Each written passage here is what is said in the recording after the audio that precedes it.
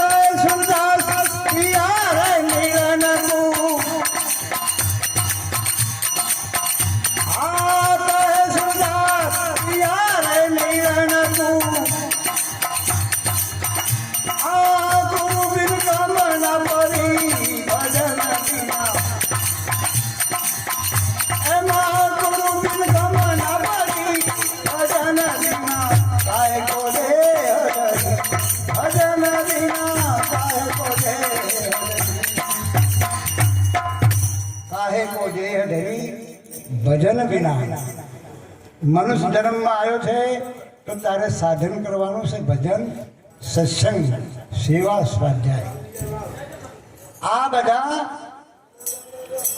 સાધનો છે મનુષ્ય કરવા માટેના બાકી બીજા કોઈએ કરવાના નથી અને એટલા માટે આપણા સંતોએ મનુષ્યને 3 સોપાન બતાવ્યા જો તમારે પરમ તત્વ સુધી જો પહોંચી જવું હોય તો તમારે 3 સોપાનમાંથી પસાર થઈ જવું પડે પહેલું છે નિત્ય અનિત્યનો વિવેક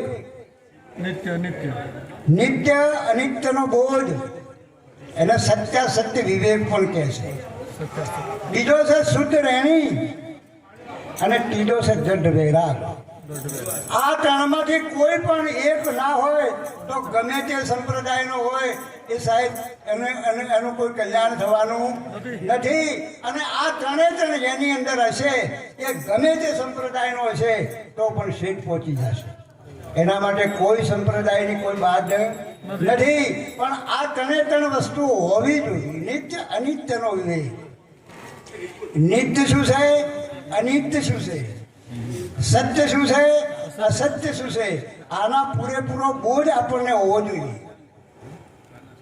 આ શરીર સત્ય છે કે આત્મા સત્ય છે શરીર સત્ય છે કે આત્મા સત્ય છે હા એ બેનો વિવેક હોવો જોઈએ જો વિવેક વગર કશું થતું નથી આ બેનો દયણું કરવા દેતી હોય ને હે જો વિવેક ના હોય સત્ય કે અસત્યનો તો ગ્રહણ કોનો કરવો અને ત્યાગ કોનો કરવો એની ખબર ના પડે તમે દોષને પણ સમજવો પડે અને ગુણને પણ સમજવો પડે તુલસીદાસ તો કીધું ને કારણ જળ ચેતન ગુણ દોષમય વિશ્વ कीन કરતા આ જગત છે ગુણ અને દોષો વાળું છે એટલે એની અંદર ગુણ પણ છે અને દોષ પણ છે તો કયા ગુણને તમારે ગ્રહણ કરવો અને કયા પ્રકારના દોષ છે એને તમારે છોડી દેવા જો આની ફરક ના હોય તો ગ્રહણ ત્યાગની ખબર પડશે નહીં બેનો દયણું કરવા બે ને ઘઉંનું દયણું કે બાજરીનું દયણું કરવા બે તારે એમને કોકરાની ફરક હોય છે કે આ કોકરો છે અને આ ઘઉંનો દોણો છે જો કોકરાને ના ઓળખતું હોય તો દયણું થાય નહીં ઘઉંને પણ ઓળખતી હોય અને કોકરાને પણ ઓળખતી હોય તો જ દયણું થાય એટલા માટે સાહેબે કીધું છે કે સાધુ એસા ચાહીએ જૈસા સુખ સભાય સાર સાર કહી લે ઠોઠા દે સાસુ સુપડા જેવો સાધુ હોવો જોઈએ સુપડું છે એ આમાં હોય અને જે ખરો દોણો છે એને પોતાની પાસે રાખે અને બાકીનું જે ભૂસું છે એ ભૂસાને ઉડાડી મૂકે એમ જીવનની અંદર જે અવગુણ છે જે દોષ છે એ દોષોને તમારે ઉડાડી મૂકવાના છે અને જે પકડવા જેવી વસ્તુ છે એનું ગ્રહણ કરી લેવાનું છે તો નિત્ય અનિત્યનો વિવેક તમારી પાસે હોવો જોઈએ બીજું છે દ્રઢ રહેણી, બીજું છે શુદ્ધ રહેણી. તમારી રહેણી, તમારું આચરણ શુદ્ધ હોવું જોઈએ. સાધુના કપડાં પહેરી લે, કપડાં પહેરવામાં કોઈ વધો નથી, ગમે તે પહેરી લે. ગમે તે વસ્તુ તમે પહેરી લો, એમાં કોઈ નથી. પણ ઘરની અને મિલકત માયાની જો મમતા ના થઈ હોય તો કહેશે એ રોજ સંન્યાસી છે નહીં. એ પણ એને છોડવું પડે. મન ચોય ફરકતું હોય, સાધુ હોય, ગમે એવો સાધુ હોય, પણ ચોરી કરતો હોય તો ભાઈ તો એ સાધુ નથી. સાધુ હોય પણ જૂઠું બોલતો હોય તો એ સાધુ કહેવાય નહીં. એટલા માટે સૌથી સારામાં શુદ્ધ આચરણ હોવું જોઈએ.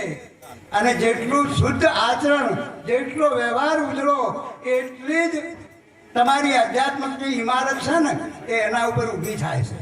પાયો મજબૂત હોય તો ઇમારત મજબૂત થાય. જેનો પાયો દુબળો એ ઇમારત લોભી ટકતી નથી. એટલે વ્યવહારની નીવ ઉપર અધ્યાત્મની ઇમારત ઊભી થઈ છે. એટલા માટે શુદ્ધ આચરણ. જો આકૃતિની પૂજા નથી થતી, પૂજા આચરણની થાય છે. ચિત્રની કોઈ દાડો પૂજા નથી થતી, ચરિત્રની પૂજા થાય છે. એટલા માટે ચરિત્ર શુદ્ધ હોવું જોઈએ, માણસનું આચરણ શુદ્ધ હોવું જોઈએ. એટલે શુદ્ધ રહેણી અને દ્રઢ વૈરાગ. તમારી અંદર જો વૈરાગ ભાવ ના હોય અને વિષય વસ્તુઓ પ્રત્યે જો રાગ હોય અને મન એટલું લોલુપ થઈ અને વિષયો ઉપર એટલું બધું દોડતું હોય તો કહેશે કલ્યાણ થવાનું નથી. એટલા માટે વિષયો પ્રત્યે જે રાગ છે એ રાગને છોડી અને પોતાની તરફ છે ને મનને લગાડવું જોઈએ. અને વિષયો ઉપર જ્યારે રાગ, વિષયો ઉપર જ્યારે વૈરાગ થાય ત્યારે કહેશે તમારી જે ફળશ્રુતિ છે એ કલ્યાણ થાય. એટલા માટે સંતોએ આપણને સમજાયા છે કે ભાઈ આ 3 સોપાનમાંથી જો તમે પસાર થઈ જાઓ તો તમે ગંતવ્ય સુધી પહોંચી જાઓ. એટલા માટે નિત્ય અનિત્ય બોધ, શુદ્ધ રહેણી અને દ્રઢ વૈરાગ, આટલું જો તમે પાળી લો તો તમને પરમાત્માના દર્શન થતા વાર નહીં લાગે. આટલું કહી અને મારી વાણીનો વિરામ આપું. ધન્યવાદ.